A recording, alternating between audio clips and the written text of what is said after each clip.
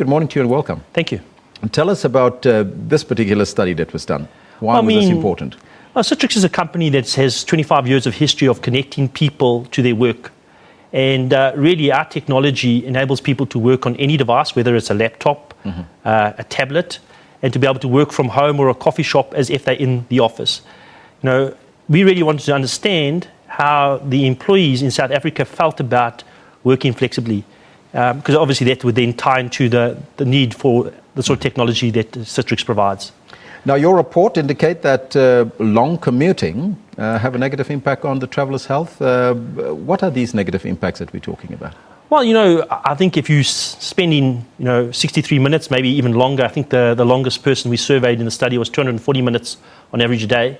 What sort of employees come into the office, Elvis? They're probably highly stressed, highly frustrated. And then if you've got a view that they have to be in the office from 8 to 5, and they know they're going to hit traffic on the way home, I don't think that leads to a really engaged employer and a productive or creative employer. And when we're talking about commuting, we're not talking about people just doing public transport. We're even talking people driving their own cars, isn't it? Without doubt. And because I can tell you now, the other morning I was sitting for 2 hours in traffic. And how did you feel? It is just frustrating, isn't it? Now, how does that make that employee feel when he gets there? Absolutely frustrated for the whole day. So what is the employer getting out of that employee? I agree. And also what the study showed, Elvis, which I think ties into this, is that the average employee, or 20% of employees, are spending 5.5 hours every week overtime. Long commutes, frustrated, then he's got to put in extra overtime. That can't lead to a healthy work-life balance. At Citrix, our tagline is work better, live better.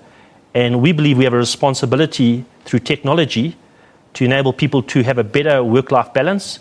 And we think that just leads to more productive employees, more engaged employees, happier employees. So what is the solution then? Well, I think it's twofold. And the study from the employee side showed that 54% of the employees are actually open to flexible working hours. But that's one side of the story. The employer, the corporate, needs to be open to that as well. The technology, I often asked, does our technology enable us to do this? Does South Africa, broadband, internet access, can it work in this country? And really, Elvis, my answer is the technology is not the problem.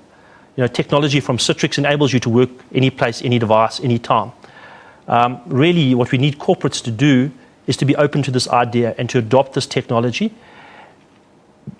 Also, what we need corporates to do, Elvis, is that it's also a change in mindset around HR policies. If you were saying that SABC allows flexible working hours, you need employers to be able to do that.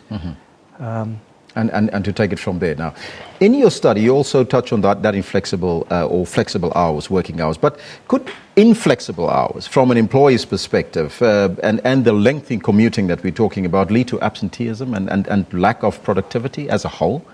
Without doubt, it could. But I'd like to look on the positive side. Once again, the study showed over time, and people aren't coming to you and saying, "Hey, we want extra money." I think that shows a maturity that people realise there's work to be done.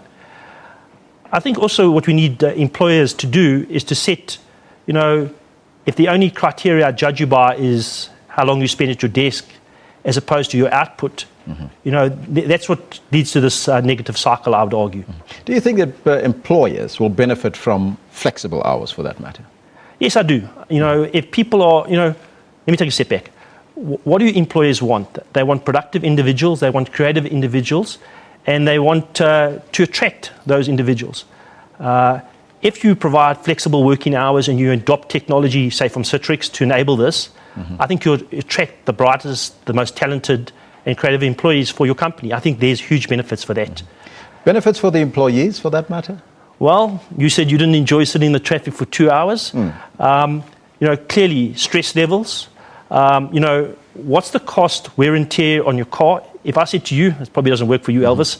You can't do your show from home. But inside my car, I can't do that. Definitely not. But but the technology is close to that. I'm not quite sure about that. But if I didn't actually even have to get in my car and come to the office, think amount of time. If it's 63 minutes a day, I could save. I like to use an example. If you've got a child, for example, that is playing sport in the afternoon and you've got a report to do for your boss, and the only place you can do that report is in your office.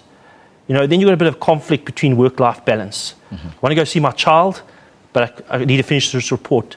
Wouldn't it be great if your company had adopted technology that allowed you to say, I'm going to leave early, I'm going to watch my child, after dinner tonight, I'll log on, click on an app, my work app, and work as if I'm in the office, and when my boss walks into his office tomorrow morning, the report is on his table, everything done.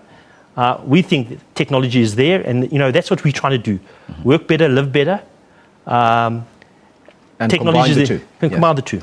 Now, having these benefits and in mind, how do you implement this without any disruptions within an organization? Well, I think it starts with corporates actually saying, this is the way we want to go. You need to engage with employees. A lot of mistakes actually occur when you don't actually consult with employees and understand what their requirements are. On the one hand, employers want a good experience when they're doing their work. You can't expect them to work at home and not be able to do their work as if they're in the office. So they have to have a good experience. On the other side, the IT departments are saying, hey, this is our data, this is our IP, we don't want to lose it, it's secure, it has to be secure. So you see a lot of companies make the mistake of being very draconian in saying these are the policies, and it becomes counterproductive. So it's really engage with the employees, understand how to best get a win-win situation in embracing this technology. That's where I think it starts. Thank you so much for coming through, Brendan, and joining us here and telling us about flexible hours, because there's not a lot of companies that are very flexible and open to that, and maybe this is the way to go in looking forward and incorporating technology with that. Thank you. I agree. I think technology can solve a lot of problems today, but there's also we need to have the right sort of policies, the right mindset, the right approach, and it takes both the employee as well as the employer to meet somewhere. Well, I hope my bosses are listening so we can sit on the beach and actually do the production from there. I'd like to join you. Thank you so much. That was Brendan McAvarey. He is from Citrix, SA Man.